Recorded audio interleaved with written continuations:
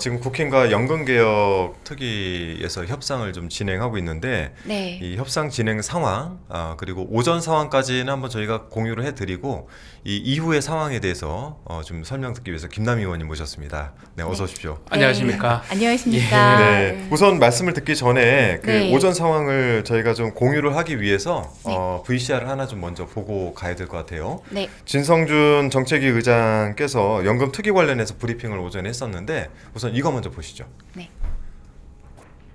연금 개혁에 대해서는 사실상 연금 모수 개혁의 세부 사항을 합의가 원만하게 이루어지면 연금 개혁 특위의 합의 처리 문구도 함께 처리할 수 있다는 뜻이었고, 이러한 인식에 여야가 같이 했습니다.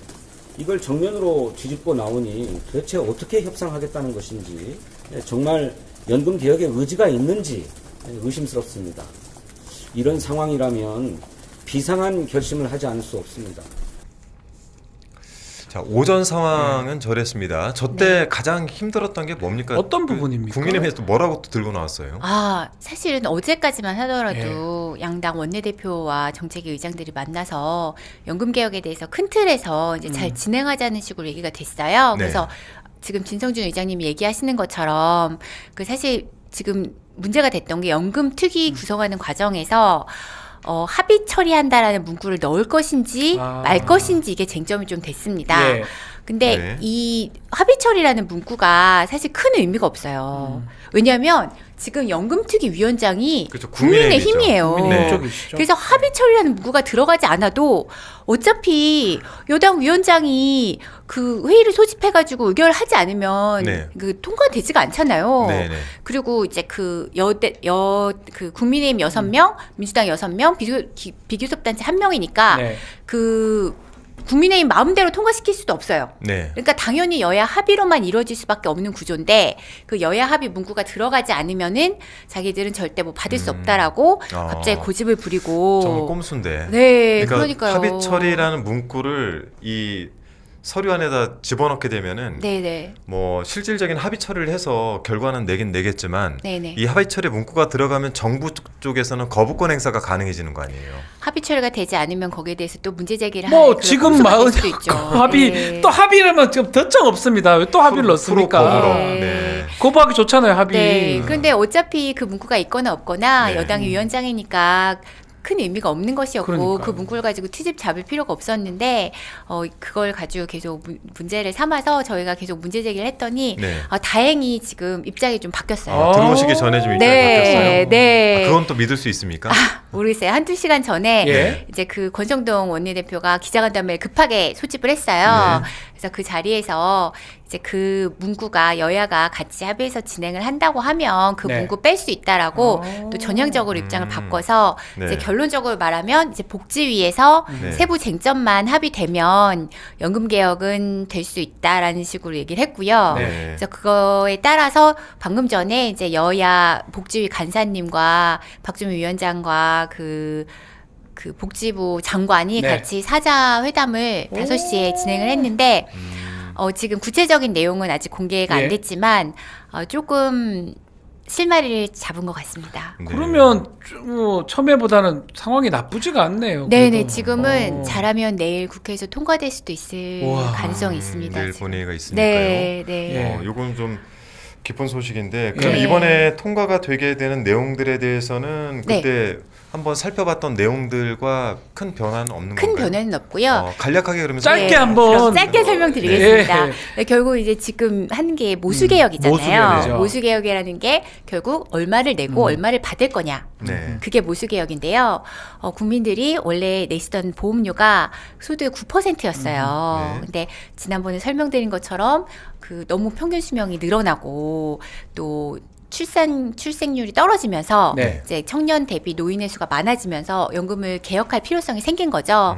그래서 그 보험료율은 9%에서 13%로 올리고 대신에 그렇게 올리는 대신에 소득 대체율은 지금 40%로 떨어지고 있었는데 이것을 43%까지 3% 올린다. 이게 핵심적인 내용이고요. 그렇죠. 네, 더 내고 더 받는다. 네. 그리고 플러스 중요한 거는 국민들이 연금에 대한 신뢰를 하는 게 중요하기 때문에 네네.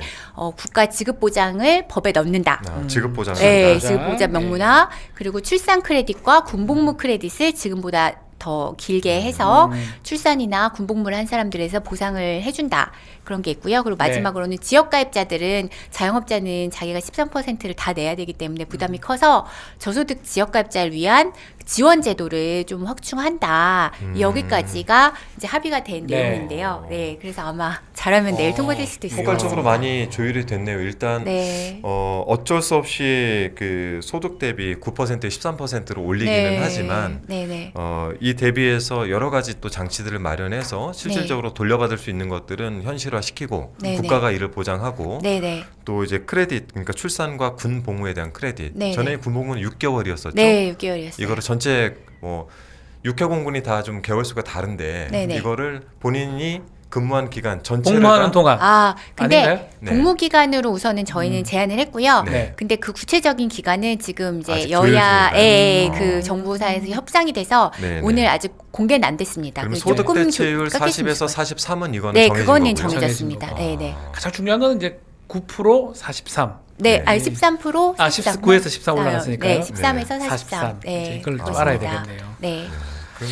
그래도 어느 정도 이 성과가 좀 생겼네요. 연금 개혁은 실은 아주 오래된 네. 국회에서의 뭐랄까요 처리가 불가능할 것이다라고 판단했던 맞습니다. 약간 폭탄 돌리기처럼 다 네. 돌렸어요.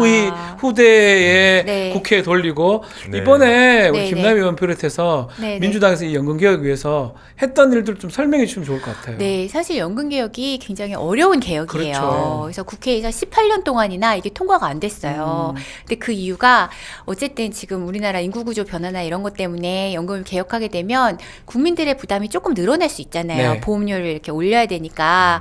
그러니까 이게 정치적으로 표가 안 되는 이슈인 거예요. 그렇죠. 그러니까 정치인들이 아, 이거 내가 다뤄야 돼? 그 자꾸 이제 넘기는 거예요. 네. 아, 후대. 다음 국회에서. 다음 국회에서 하지 뭐. 우리 하지 말고. 넘기고 네.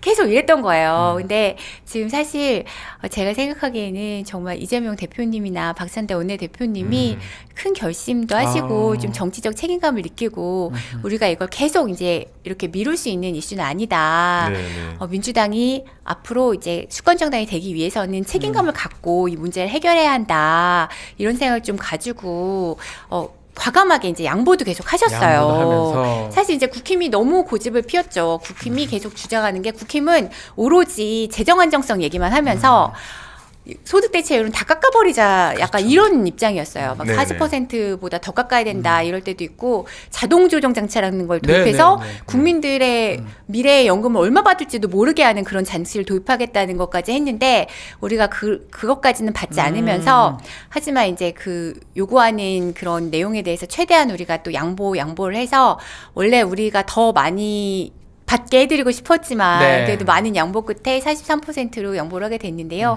그 과정이 사실 굉장히 힘들었습니다. 어려웠습니다. 우리가 다 봤다시피 너무 어려웠어요. 네. 마지막까지 좀 이 부분은 잘 좀 마무리가 됐으면 아, 근데 좋겠네요. 네. 어떻게 처리될지 좀 복지위에서 통과가 또 돼야 됩니까? 네네. 이제 복지위에서 예. 근데 오늘 여야 그 정의 같이 합의를 해서 어느 정도 아. 그 안이 나왔기 때문에 그 내용에 대해서 지금 오늘 밤에 좀 논의를 해서 오늘 밤에 하면 네네. 혹시 임시회 본회의 열리면 바로 통과도 가능합니까? 내일 내일 급하게 본회의가 잡으면은 잡혀있죠. 와. 예, 통과 가능할 수도 있을 우와. 것 같아요. 그래서 지금 최대한 빨리 하려고 노력을 하고 있고요. 사실 이게 굉장히 타이밍을 잡기 어려운 개혁이잖아요. 네. 그렇죠.